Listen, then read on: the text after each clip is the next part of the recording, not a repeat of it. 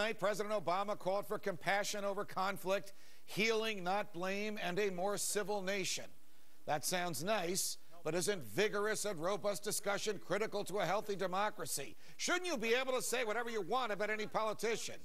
My next guest, Columbia University professor Marc Lamont Hill, stirred up a hornet's nest when he said this on a radio program when referring to Presidents Bush and Obama.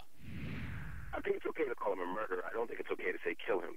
I think if your political position is so if I said Obama's a murderer after something happens, because yes, not because of what happened in Arizona, but certainly with predator drones in Afghanistan, yeah, I would say he's a murderer. A murderer, Marc Lamont Hill? Ooh. Did you really mean to say that? I understand the political argument and even the legal argument that using drones to kill people in an undeclared war is against American law and against treaties that the United States has signed. Right. But does using the term that we would apply to Jared Loughner, applying it to the president, does that advance the argument? Is it a term we can use in civilized society? I think it is, and I think we need to, because if we don't do that, then we're not able to stir public consciousness. We need to unsettle people. I think political language needs to be provocative. I think we need to challenge people. I think there are lines, though, and there are boundaries. I think that's within the boundaries. I don't think other things that have happened in the last few weeks are within the boundaries. Well, do we become desensitized to the horror of things when we change terminology? For example, there was this great debate in the Bush administration. You and I talked about this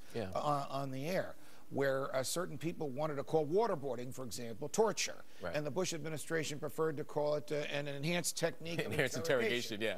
When you take something that appears to be torture or appears to be murder and call it something else just because the government does that lend some sort of credibility or belief that it is proper for the government to do it because we don't call it by its true name? No, that's exactly right. So the language is key to all of this. How we frame things matters. If I call it enhanced interrogation, the American people might like it. But as soon as we turn the language to torture, which is why Bush resisted that idea, suddenly the people's sensibilities are piqued. You know, but again, there are boundaries. I think all this stuff is within the boundaries. If I'm at I'll give you an example. If I'm at an anti-war rally, and I was at many of them, and I saw George Bush being burned in effigy, or kill George Bush, those signs being thrown up in the air. I think that's completely out of bounds. That's awful. That should never happen. But calling him a murderer or a war criminal, I think, is within the boundaries, even if I disagree. Well, why is burning a stuffed doll that looks like George Bush inappropriate, but calling him a murderer appropriate? Well, because I think that... Is it because of the danger of the fire and the burning? Or inciting violence, or creating a context around violence, creating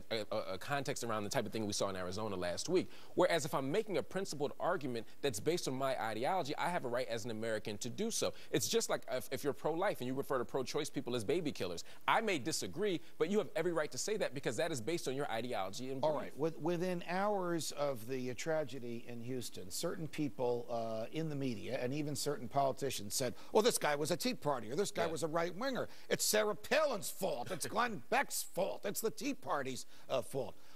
Why are people willing to jump to conclusion? I mean, this guy committed a horrific murder. Absolutely. Why are intelligent people saying it's the fault of some third person? It's not the fault of the guy who pulled the trigger. Because people are looking for a sexy story.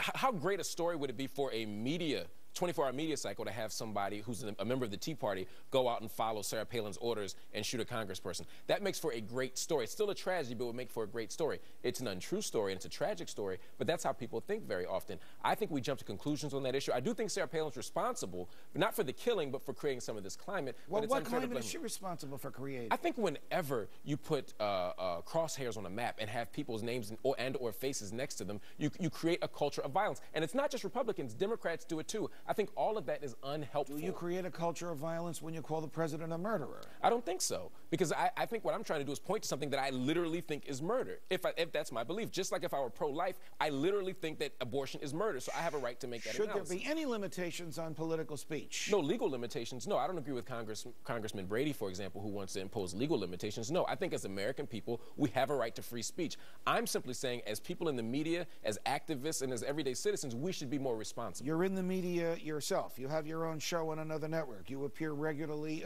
on this network. Congressman Jim Clyburn, the #3 ranking Democrat in the House, said it's time to rethink the First Amendment, by which he means the involvement of the FCC in regulating the airwaves. Shouldn't you and I and our colleagues in this business be able to say on the airwaves whatever we can say in the streets? I think Absolutely. And this is going to shock some people, but I think the market should decide. If you were on this air right now and you... Do I get that libertarian side out of you, Mark? I'm coming out. No, but if you were to come to me right now, if you were to say something offensive to me, I would simply have all my friends and family and people who follow me not watch your show anymore. Right. So that should be the type of balance. You have a right to be offensive. Every radio jock in the world has a right to be offensive. Every TV host has a right to be offensive. We should let the market decide that part of it. Professor Hill, thanks for joining us My on pleasure. Freedom Watch.